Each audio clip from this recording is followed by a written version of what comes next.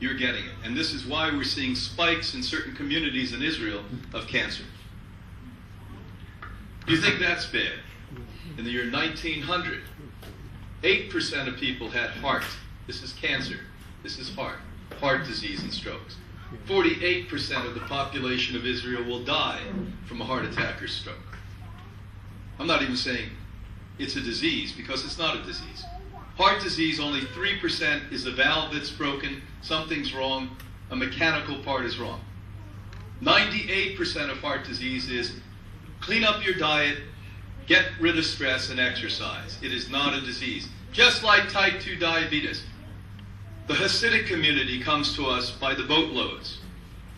If you're a Hasidic man and live long enough, you're going to get diabetes. Why? Because Hasidic men were struck by God to get that? No, because look at the diet Hasidic men eat.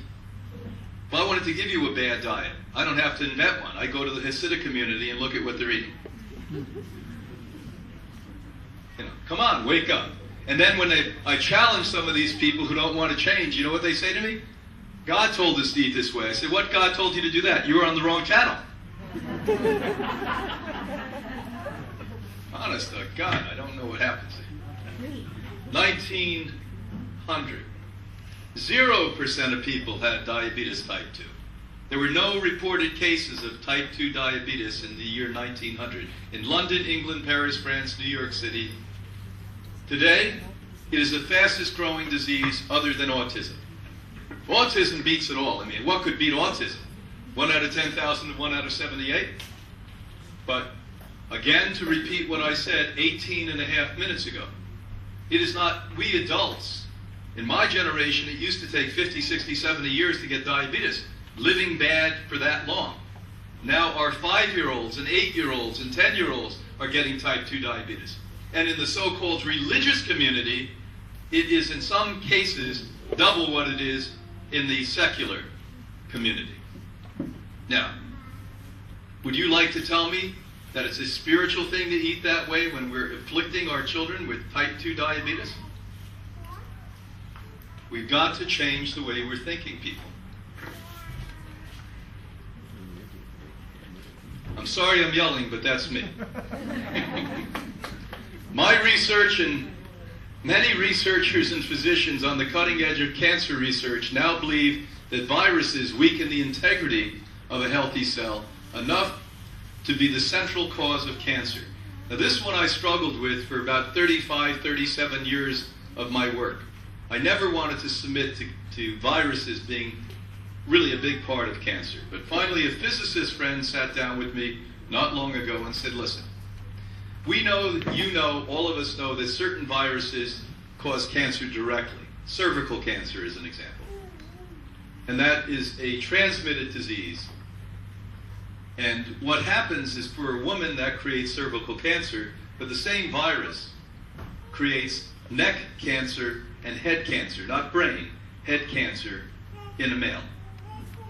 But he said, now if we have a lot of viruses, and how many of us here have viruses?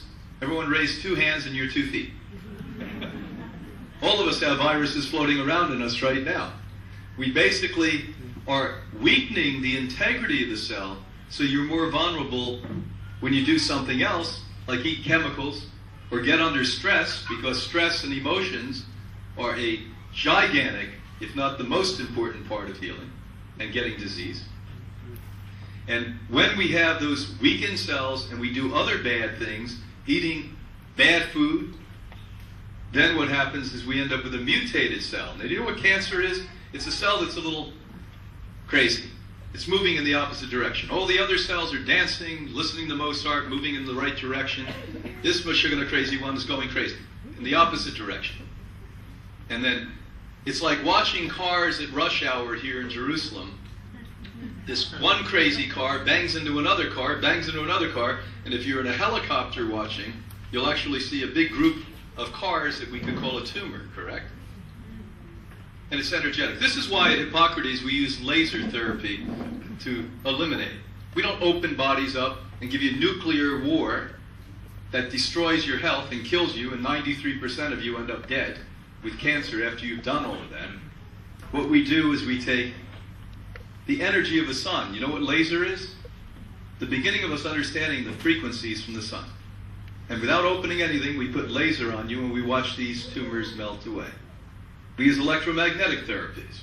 Now, where do I get this from? Some new age guy in California? No. We get this from cutting edge advanced medicine in Europe. Because there are people who care, and there are researchers, and there are doctors. I sat with one upstairs. In 10 minutes, he showed me the device. I ordered 25 and said, "Would you write an article for our international magazine? This is one of your neighbors, a genius man." 10 minutes, I got it. Bang! Wow. This guy is now going to save millions of people's lives with the device he created, he and his wife created here. That's why you don't see my wife yet. She's up there enthralled with him. They're mine, you know. You get a Jew and a Swede together, we're in trouble. When combined with poor lifestyle habits, a plethora of man-made chemicals that pervade the environment, and psychological missteps, it is no wonder that cancer is now unsurpassed the number one place as the deadliest disease. Now, the scariest, any of you Canadians here originally? Oh, here we go. The number one country in the world now, since 2008, cancer has become number one cause of death in Canada. Now, this one still has me puzzled. Canada only has 30 million people. It's the largest landmass country in the world. Since Russia fell, Canada has this pristine landmass. Why are the Canadians now the number one group in the world with cancer? They even beat the Americans on this, which surprised me. So something's going on up there that we're not quite sure about. What you actually see there is cancer. Talking about Swedes, there was a fellow who wasn't a doctor, who wasn't educated in science, but was smarter than all of us, back in the 1950s and 60s and 70s, developed microscopes that could go into people's bodies and see things that we never saw before.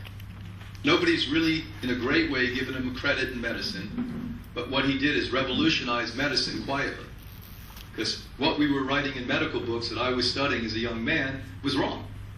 And then he went and photographed, here's what cancer really looks like. Now here's the scary part. When they go in with the magic man pulling a rabbit out of the hat, let's cut it out and make believe it's gone approach, they only cut part of the cancer out. And what's left are those legs, those tentacles. And once you cut it out, all of those tentacles spill hundreds of millions of cancer cells back into the body that do what we call metastasize. And for instance, when a woman has breast cancer, one of the craziest things they do is they say, hey, let's look at the lymph glands. And oh my God, there's cancer in the lymph glands. Well, let's hope so. Because the lymph glands have two major jobs, to filter the body. If there's not cancer in the lymph gland, you should say, oh my God. Number two, and more important than being a filter, is that those lymph glands are the local police station. And so what I'm saying to you is if you have criminals in part of your body called cancer, the current way we treat it in mainstream medicine is let's take the police station away from where the criminals are. Really great idea, isn't it? Co-inhabitants. Other life forms like amoebas, fungi, parasites, etc. all utilize different organisms as their ride through life. Some of this is positive, but when the host is out of balance and unable to minimize the growth of these fellow inhabitants, they can take over and erode until demise occurs. So we not only have the three big ones, cancers, which were non-existent 100 years ago practically, and now 50% of us have in our life. We also have fungi and parasites. All of these things are just all over the place. And why? Because we've destroyed the ecosystem. Now, if you go back and read page 1, we came to this planet, it was a Garden of Eden. Everything was perfectly fine. And if God ever did make a mistake, it was that free will thing I talked about. And when we weaken our immune system, we can't take care of basic things that the human body's taken care of forever before that. Now look at this one. We humans are supposedly the most evolved of all creatures. I question that. I saw this girl driving into Jerusalem, by the way. The guy over there I used to think was primitive, believe me, I've switched now. And somehow perceive ourselves as the ruler not only of the earth, but of our entire universe. This flawed concept has thrown a figurative wrench into the extraordinary balance that exists on this planet. Now, they show the evolutionary chart. This is what we really should replace it with. Don't you believe it? Look at it. Which one do you want to be? The real fiasco began about 10,000 years ago when all of this happened. This manifestation of the modern humans who, by misusing their will, became self-destructive, which then began to implode the biology and the universe around us. So, some of us sit and say, I don't know how it got this bad. Well, you were part of it. Even I believe in the environment. I love my wife. I love my children. I'm close to God. I eat perfectly fine. I exercise. I was at the gym today in the morning. But I still drive cars. Guess what? How can an environmentalist say, I don't like pollution, but I pollute? How did I get here? Did I come on a rowboat? Went on a plane. So all of us compromise at some level. So get over this egocentric stupidity that you're going to be perfect. But the truth of the matter is we'd be a lot better than we are today, right? That's all we're aspiring to do. Let's take big, giant steps rather than baby steps and say, oh, I'm eating chicken rather than red meat. Aha, did that reach you any? Well, look at my colleague who did more than a half a century on chicken. If you're really interested in how bad chicken is for you, get on and read Dr. Virginia Livingston's work. Dr. Livingston was profound in proving, without any question for any legitimate doctor or scientist, that chicken has a leukemic virus in it that causes more cancer than any other meat we consume. Just wait till September, because I'm going to cheer you all up when I write and publish my new book, Dr. Virginia Livingston. My new book in September will be published. Is called Killer Fish. Uh-oh. What do you think that's about? It's not about sharks.